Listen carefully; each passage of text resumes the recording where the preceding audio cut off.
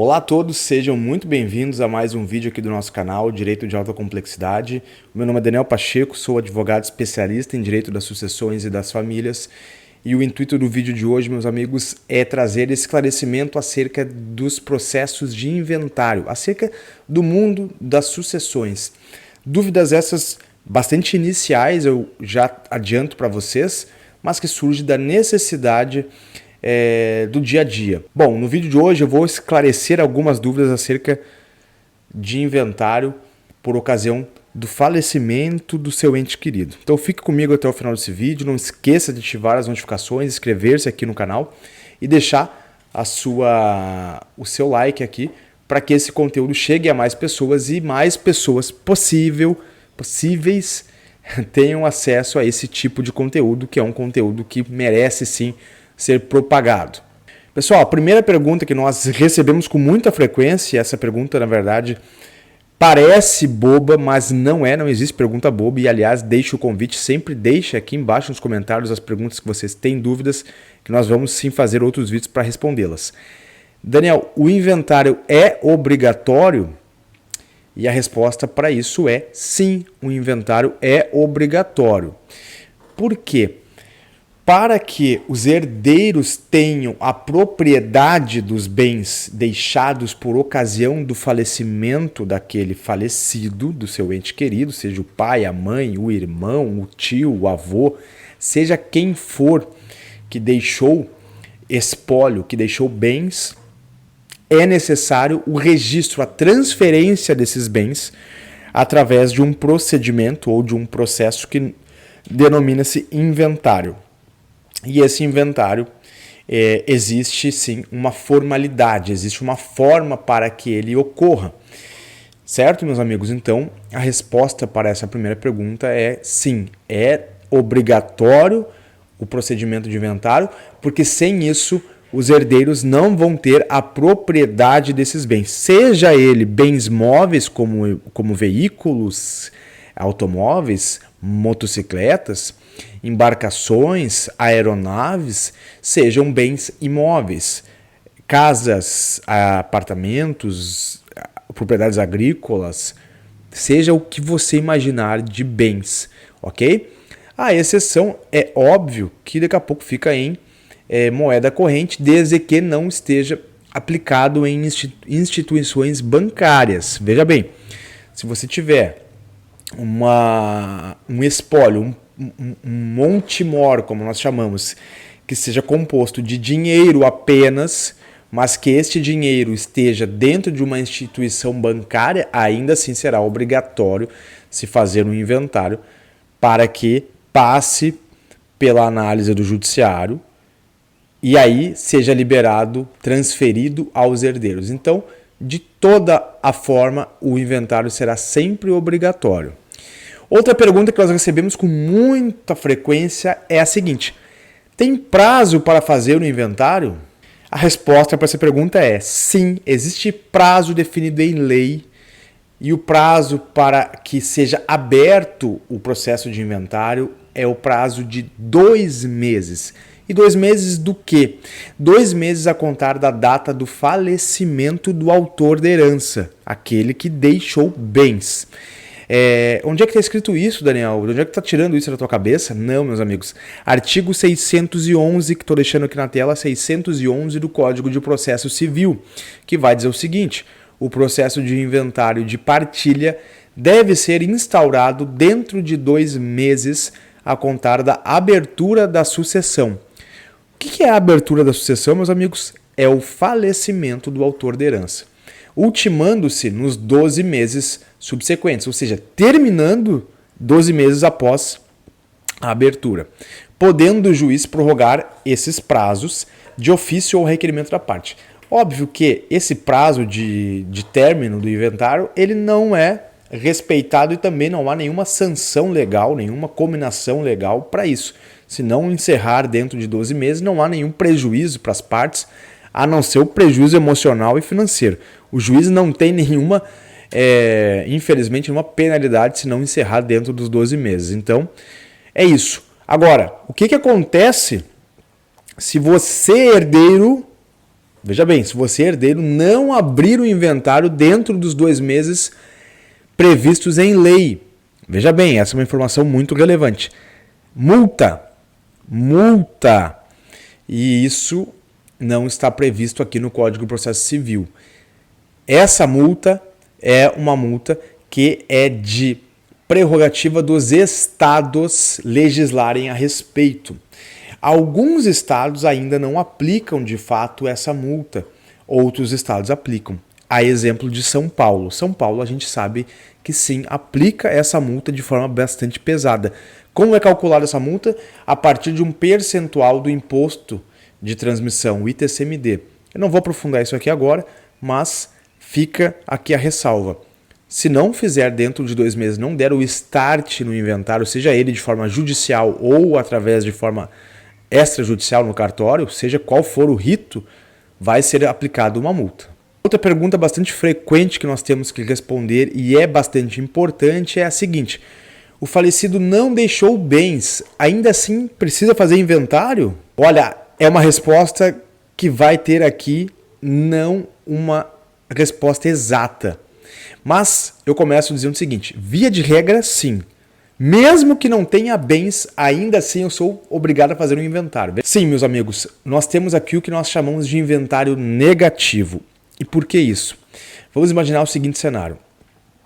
Nós temos um autor de herança, um de cujos, como nós chamamos, que não deixou bens, mas deixou dívidas. Ele é credor de alguns bancos, de algumas instituições financeiras. Não deixou bens, mas deixou dívidas. Como é que a gente faz nesse caso? Eu sou obrigado, por cautela, como herdeiro, a abrir esse inventário, que nós vamos chamar de inventário negativo, para dizer o quê? Olha, credores, o falecido, seja meu pai, minha mãe, meu avô, meu irmão, meu tio, meu cunhado, meu bisavô, seja quem for que eu estiver representando, ele não deixou espólio suficiente, ele não deixou bens suficientes para quitar as dívidas que ele acumulou durante a vida. Então nós, como herdeiros, não podemos responder por essas dívidas. Ok? Isto por quê, meus amigos? Porque, veja bem, o artigo 796 do Código de Processo Civil vai dizer o seguinte: o espólio responde pelas dívidas do falecido, mas feita a partilha, cada herdeiro responde por elas dentro das forças da herança e na proporção da parte que lhe coube. Meus amigos, se eu acabei de dizer que o falecido não deixou dívidas, aliás, vocês acabaram de me perguntar isso, se o falecido não deixou dívidas, não deixou bens, mas deixou dívidas, eu estou nessa dúvida. Aliás, essa é uma outra pergunta recorrente. Se a pessoa só deixou dívidas e não deixou bens, quem é que vai pagar por isso? Ninguém vai pagar por isso. Ninguém vai pagar por isso. Por quê? Porque não tem bens a partilhar. E os herdeiros só respondem aquilo que a sua herança, a proporção da sua herança poderia pagar. Nesse caso aqui, nada. Ninguém recebeu nada, mas também não paga nada. Isso é o que o artigo 796 do Código de Processo Civil vai dizer. Por isso, a importância de ainda assim fazer o inventário, mesmo no caso desse falecido ter deixado apenas dívidas e não ter deixado nenhum bem. Ok? Agora, por que eu disse lá no início da resposta que via de regra sim? Porque no caso desse falecido, daqui a pouco ser uma pessoa menor de idade, infelizmente, ou uma pessoa de pouquíssimas posses, não deixou bens, não deixou dívidas, não deixou credor nenhum, aí há de se pensar em também não se fazer o inventário, porque a consequência prática de não se fazer o inventário é praticamente nenhuma. Não vai ter nenhum credor indo atrás de cobrar nenhuma dívida dele. Aí é a única exceção, talvez, à regra de sempre se fazer inventário. Outra pergunta interessante que nós recebemos aqui com alguma frequência é essa aqui. Herdeiro único, precisa fazer inventário? Sim, meus amigos, a regra é exatamente a mesma de um inventário com vários herdeiros. Só é proprietário do bem deixado por herança aquele que procede com o inventário e registra a propriedade do bem em seu nome. Mesmo que apenas um herdeiro seja o único beneficiário, apenas que seja um herdeiro beneficiário do todo, da universalidade dos bens, como nós chamamos. Esse herdeiro, se não fizer um inventário, não vai conseguir alienar esses bens, não vai conseguir vender, não vai conseguir transmitir a um terceiro, por exemplo. Então entendam, meus amigos, que quando nós falamos na obrigatoriedade de se fazer inventário, nós estamos falando dos benefícios de se fazer um inventário. Nós estamos falando que se eu não fizer um inventário, eu não sou proprietário registral desses bens, eu não tenho como colocar o meu nome na matrícula desses imóveis, por exemplo. Falando de imóveis, né? De veículos nem se fala, eu não consigo transferir de jeito nenhum um imóvel, um veículo no Detran para o meu nome. Vocês devem saber bem disso. Quem não sabe, está sabendo agora. Deixa aqui nos comentários, inclusive, se eu estou falando alguma novidade para vocês. Se você está vendo esse vídeo, provavelmente você está se deparando com alguma novidade. Então, meus amigos, essa é a grande questão. Se não for feito o inventário, você não toma propriedade das coisas. A posse, você até pode sim exercê-la para o resto da sua vida, se esse for teu único intuito, de apenas ter a posse dos bens.